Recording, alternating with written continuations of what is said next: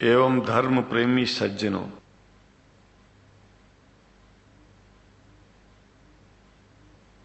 भगवान की जब कृपा होती है तो कभी धर्म की सच्चाई को जानने का अवसर मिलता है। मुसलमानों के बीच में लगातार कई वर्षों से हम जा रहे हैं और भारतवर्ष में एक नई प्रथा का प्रारंभ किया मैंने कि जब जगत गुरु शंकराचार्य भी मुसलमानों के बीच में जाकर के उनके प्रेम को समझ सके और इस्लाम की सच्चाई को जान करके इस्लाम को सारी दुनिया में एक इंसानियत का सबसे बड़ा पाठ सिखाने वाला धर्म मानने के लिए लोगों को समझावे।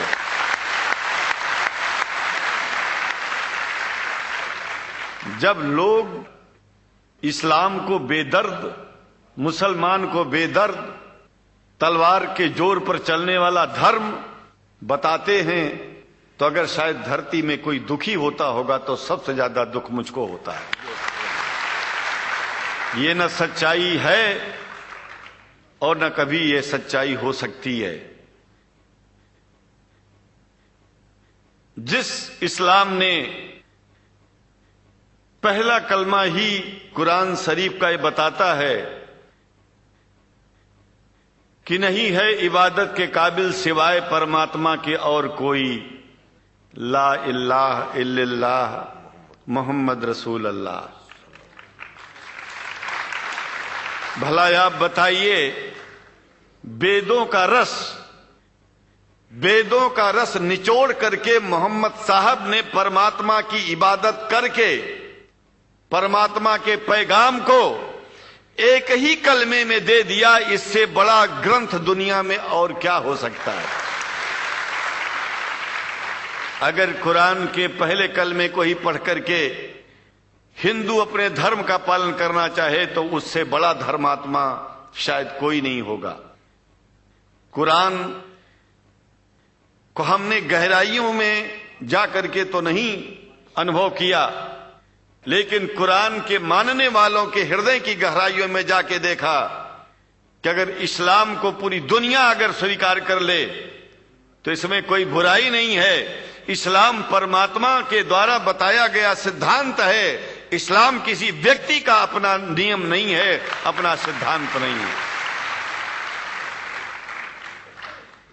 कुछ लोग भेदभाव पैदा करने के लिए इस धरती पर मुसलमानों को बेदर्द कह देते हैं, इस्लाम को बुरा कह देते हैं। मैं कहता हूं उनसे बुरा इस दुनिया में कोई नहीं है। वो शैतान के बच्चे हैं, खुदा के बच्चे नहीं हैं।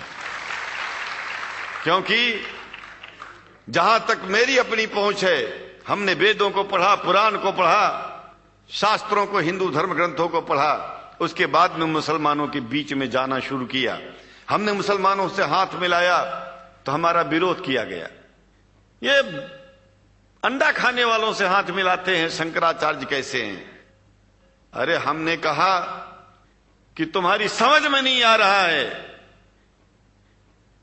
वो 5 बार इबादत कर लेते हैं खुदा की, तुम घास खाते हो और एक बार भी इबादत नहीं करते हो, तो तुमसे बड़ा अधर्मी दुनिया में कौन है? तुम अपने अधर्म को देखो। किसी के पवित्रता के सिद्धांतों का विरोध करना पहला अधर्म है। आप क्या खाते हैं, कैसे रहते हैं, अगर हमें आप दुखी नहीं करते हैं तो आपसे बड़ा इंसान दुनिया में कोई नहीं है। हम घास खाएं और आपके दिल को चोट पहुंचाएं तो हमसे बड़ा अधर्मी कोई नहीं है दुनिया में। कहने का तात्पर्य सिर्फ एक है कि मैंने ये अनुभव किया है कि ये मैं एक बात जो मैंने देखा है, आप लोगों से जो प्रेम मुझे मिलता है, लोग पूछते हैं कि आप मुसलमानों में क्यों जाते हो, आप तो शंकराचार्य हो। हमने कहा कि भाई मुसलमानों से पूछो कि हमसे इतना प्रेम क्यों करते हैं। वो हमसे जो प्रेम करेगा हम तो जाएंगे। कहा फिर क्या हम प्रेम नहीं करते क्या? हमने कहा कि हम तो तुम्हारे बीच में पैदा हुए और तुम मुसलमानों से प्रेम नहीं करते, इसलिए हम तुमसे प्रेम नहीं करते।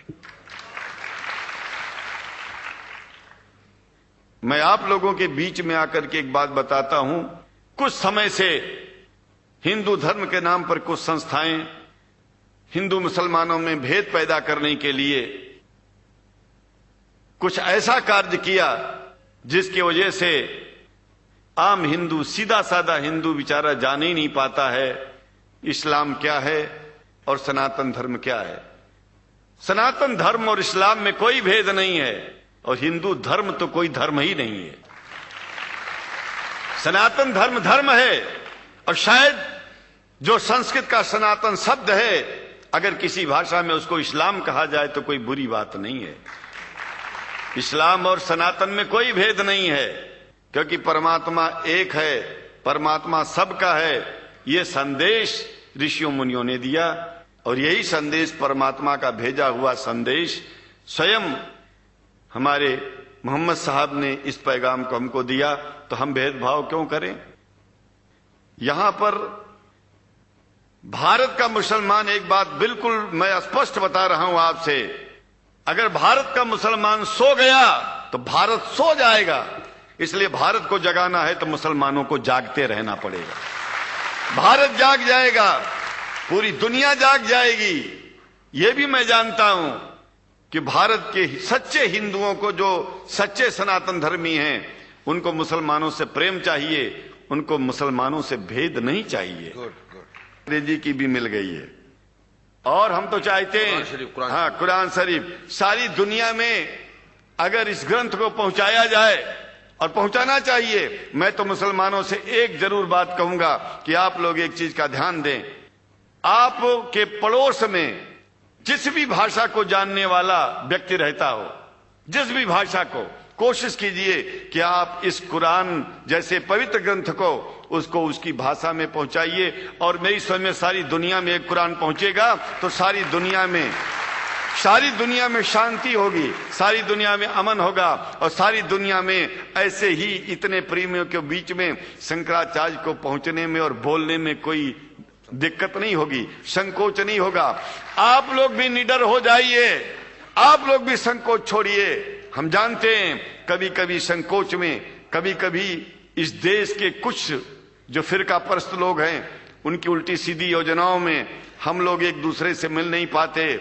हम हाथ पसारे हुए आपके सामने खड़े हैं, आए हैं, हम आपको गले से लगा रहे हैं, लगाते हैं, दिल भी मिलाएंगे, गला भी मिलाएंगे और जरूरत पड़ गई तो आप लोगों के लिए दिल कटाने की और सिर कटाने की जरूरत पड़ जाए तो इस्लाम की रक्षा के लिए शंकराचार्य आपका साथ देगा।